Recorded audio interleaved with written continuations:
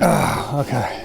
There's a kick drum pedal technique that's always kind of been the dark horse. It's one I'll be completely transparent that I don't recommend. It's almost the opposite of what I do, and whenever I see videos of this type, I always caution my students about it. But what if I was wrong? Could this technique actually be the key to playing with more dynamics, making doubles easier, playing softer styles like jazz, etc.? Or at least it could be another tool in your tool belt. I'm talking about heel down. And today I'm talking with one of my favorite OG YouTubers, Mr. Tim Metz, an accomplished jazz drummer who's played a ton of gigs and taught a ton of students. Recently, Tim put out a video extolling the virtues of heel down, and that gave me pause. If somebody as reputable as Tim was talking about this, maybe it warranted further investigation. But also, if there was some more complex truth, like no one technique is for everybody, I wanted Tim to help me explore the pros and cons of each approach. So you, dear viewer, can find what's right for you. Oh, I'm Nate, and people call me the 80-20 drummer, mostly because I incepted them. Like the Benny Gesserit. I'm gonna want to put hand in box. Anyway, on this channel we do nerdy drum things. I like to think we dig deeper about some of the big drum questions. And today, we're turning that lens on bass drum technique. Today on 80-20, the great bass drum technique wars. Heel up versus heel down. Which technique will prevail? Stay tuned.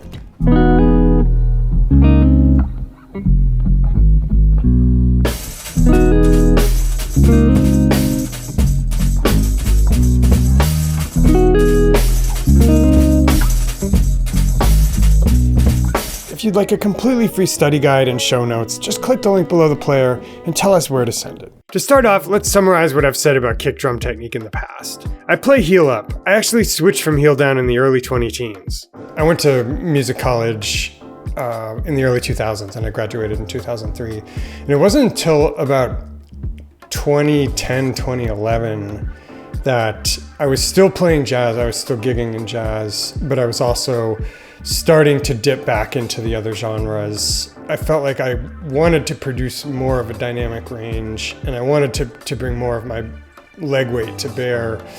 And I felt like I was burning out and getting shin splints when I was trying to do it heel down. Here's an actual clip of the first thing I played on the channel with heel up.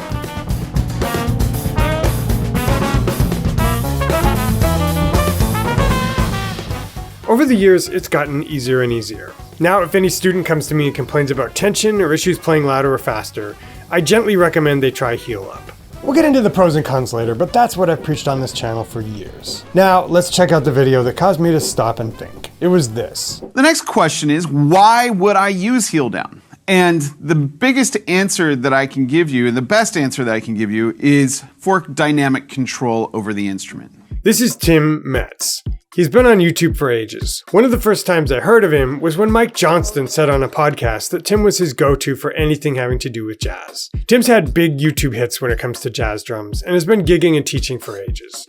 I was actually teaching with Mike Johnston at a place called the Drum Lab when he opened it up in 2006 or 2005. We helped assemble the drums and we had shed sessions with like Eric Moore and all sorts of crazy people over at the old Drum Lab. And Mike made a video, how to play double bass with one foot, and it got 100,000 views in a month. And he was like, I see a money-making opportunity here. And it was very early on in YouTube. And I was like, oh, if Mike's doing it, maybe I should do it too. So I put up a camera and recorded some bossa nova videos in a horribly untreated room in my house and a couple other little jazz videos. And, you know, that was, oh gosh, almost 20 years ago now. That was like 2006, so I think that was when my first video went up. Here's the first assertion that Tim makes in his YouTube video. The best answer that I can give you is for dynamic control over the instrument.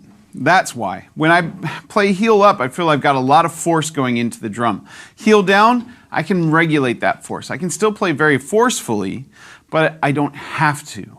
My balance isn't depending on it. Dynamic control. Tim feels heel down gives him more control over the volume, and then when he's playing heel up, it's actually easier to accidentally overpower or play too loud. I asked him about this in our interview. No, I was not always heel down. In fact, when I was going back to the lessons with David Garibaldi, and in the mid-90s, early mid-90s, I sat on the floor like Vinnie Colaiuta, you know, the stool all the way on the ground, knees up to your chin and all that stuff, and that ride cymbal way up here that you had to reach for.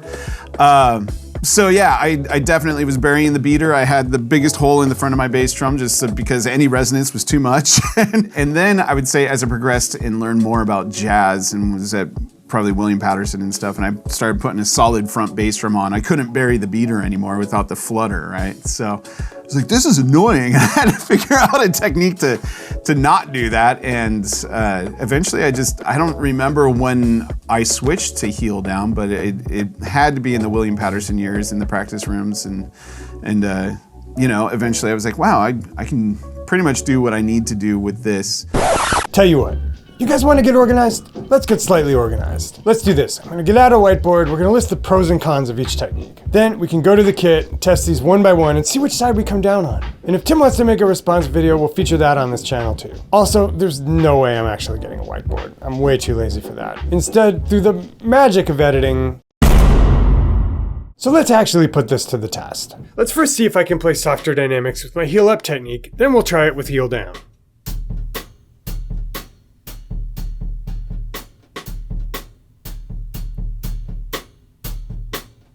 Here I am just playing some light hits.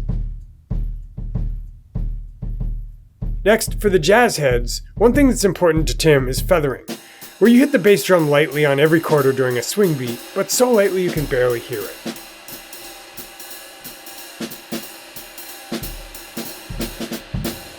Here's Tim describing feathering. And my idea is that I'm barely moving the pedal. So I'm barely moving it. I'm basically just tapping my toes, trying not to let the beater go beyond the hoop of the drum. If it's going that far, then you're not feathering anymore. Now I'll try to feather with heel up. Disclaimer, of course I'm going to be better at heel up than I will at heel down because I've practiced heel up for years. That also means that just because things are easy for me doesn't mean heel up is a superior technique for those things, especially for a beginner. With those out of the way, let's try heel down. Here I am playing some quiet strokes with heel down. Now let's try feathering.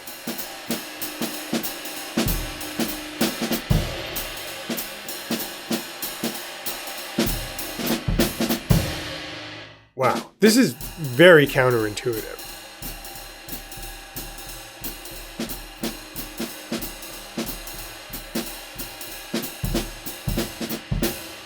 So, the verdict on this first one?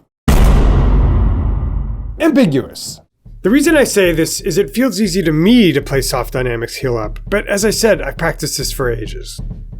Let's move on to what Tim sees as the other big advantage to heel down. I found that I would play a hybrid of heel up and heel down, where the heel was kind of just a little bit above the plate, and I would hit the bass drum so that the beater could come off the bass drum and not be buried into it. Playing off the bass drum. In the 80s, as Tim explains, drums were big and dead, and you could tune the front head hecka low and just plant that beater into the head. Now that aesthetic has changed a bit, and you've got drums with a resonant front head without a hole, and batter heads tuned higher. Take Keith Carlock for just one example. So planting the beater doesn't sound good in all circumstances. But just because being able to play the beater off the head is the best strategy, does that mean heel down is the only technique to achieve that? Let's test this out. To the kit, Batman! Here I am playing off the head using heel up. We'll talk about this later, but it requires the right spring tension, setup, and technique. Additionally, you can sometimes get ghost strikes if it's not set up in the correct window. I personally don't think these are bad, but some recording engineers might disagree. Now, let's try it heel down. I definitely have to press harder against the spring tension, but that's probably because it's optimized for heel up. And to be fair to Tim, it does feel harder to plant the beater in the head with the heel down. And I'll fully grant that I've got some spring tension to spare, so even if I backed off, I'd have a hard time planting the beater. Let's call this one confirmed. So, is the video over? Like Eminem in 8 Mile, is it time for me to retreat quietly to my corner and accept defeat? It's your turn, baby. Luckily, that's not what Eminem did. In all seriousness, Tim, I still owe you a freestyle rap. In all seriousness, we've just seen the benefits of heel down. One is hard for me to verify independently, but I'll take on faith that it might be easier for a beginner to play quietly with heel down. The other I can confirm firsthand. It's easier to play off the head with heel down. So why would we ever consider heel up? In fact, am I doing a disservice to the drummers of the world by teaching it? Well, let's briefly go back to my story. because I do so much cross-genre stuff, I wanted one technique that would be suited to everything. There's one big thing I faced coming up as a jazzer in New York, and two things I faced later when I started getting into funk, fusion, and more pocket music. First, as anybody who's done a ton of gigs in restaurants, coffee shops, orchestra pits, and even small clubs knows, you can't always control the distance between your seat and the drum throw. A lot of time, you have to sit closer to the drum than you would if you had a big room to sit up in. And I assert that heel up is a superior technique when you can't control the distance to the drum. Let's put that up on the screen. Now let's test it. I'm going to sit slightly too close to the drum for comfort, then I'll try to play stuff with heel down. I don't want to do this for too long because I'm going to have shin splints. The angle alone just makes this uncomfortable. Now let's try heel up. This feels way more comfortable. I can even avoid burying the beater by adjusting the spring tension. I'd call this one confirmed, but then I made it up, so... Anyway. To be fair to Tim, he also concedes this. Have you always played heel down, and do you think you'd still play heel down if you were doing more multi-genre stuff and not exclusively jazz? No, I was not always heel down. But of course he would, if he was trying to throw me off my game. But on to advantage 2. When I started playing more fusion-y stuff, I simply couldn't get the power and precision with heel down. I should say beyond a certain point. Like here I am trying to play a Matt Halpern double bass drum part with 1 foot last year.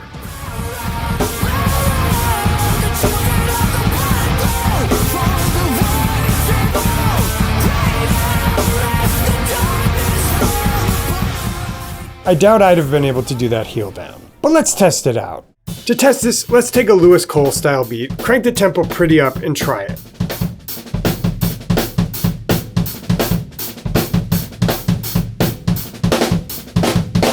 Here I am playing with heel up. Feels pretty good.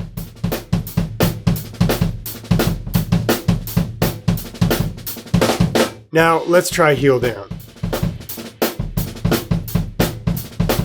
For me, this feels way harder and I fatigue way faster. Do we know for sure that's a limitation? I'm going to call this one confirmed, because I spent a couple of decades playing heel down. And even at the height of my prowess, I found this kind of beat challenging, which is one of the things that prompted the switch. Again, Tim is fair in conceding this point. Mostly heel down, but if I have to play repetitive notes, then I might move my leg a little bit and adjust so that I release that tension that's in there. So let's add up the scores and decide which is the superior technique. Let's ask my video editor to draw a tic-tac-toe grid on the screen. Sorry. On the top left, let's say heel down advantages. On the top right, let's say heel up advantages. Bottom left, heel down disadvantages. And bottom right, heel up disadvantages. This is a classic dual axis 4-quadrant analysis tool that we As I was saying, it's a tic-tac-toe board. Let's do heel down first. In the advantages, let's put easier to play softer with the question mark, and easier to play off the head. For disadvantages, let's put danger of shin splints if you don't get the setup right, and quicker to fatigue when playing loud. Now let's do heel up. In the advantages, let's put easier to play in tight spaces and easier to play with speed and power. Then let's put MV with a question mark. Ooh, mysterious. Watch till the end, guys. In the disadvantages, let's put harder to play off the head without the right spring tension, and harder to play soft with a question mark. Whew. You're still here. Let's add them up. And the winner is... It's a toss-up and it depends. And that's what you come to the 80/20 channel for, right? Incisive analysis like that. But let's say you're a jazz player and you're relatively new to the drums, and you're playing mostly at home or in school rehearsal spaces where the space is big. For you, maybe try heel down. You're not playing loud and fast often enough to need heel up, so you might as well take advantage of the easier technique to master for the stuff you're playing.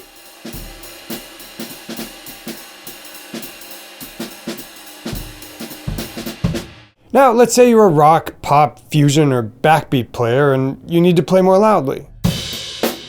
You may find heel up the easier technique to start off with, because you'll be able to reap the advantages of easier volume without fatigue and faster doubles at high volume, without needing to worry about the downsides of more difficulty not planting the beater and more finicky spring tension trying to play quiet off the head. Now remember that MV I wrote in the pros square for heal up? This is controversial, but that stands for more versatile. In my humble opinion, you can mitigate the downsides of heal up with some setup finesse and technique practice.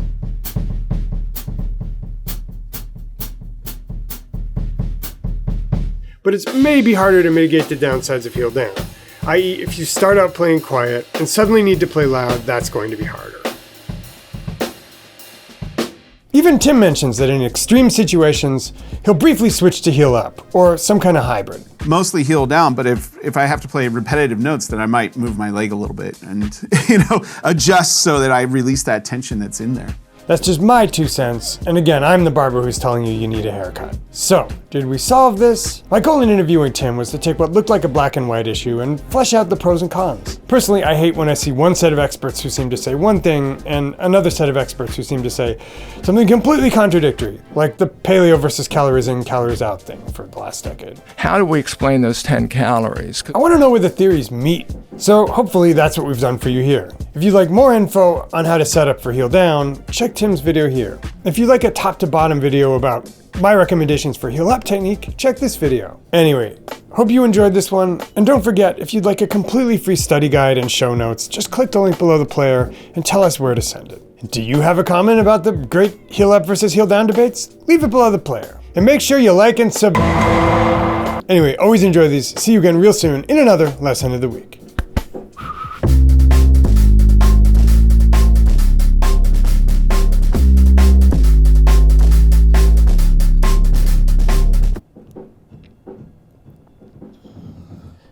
Oh yeah, go in, buddy. Yeah, go Latin now. That's killer.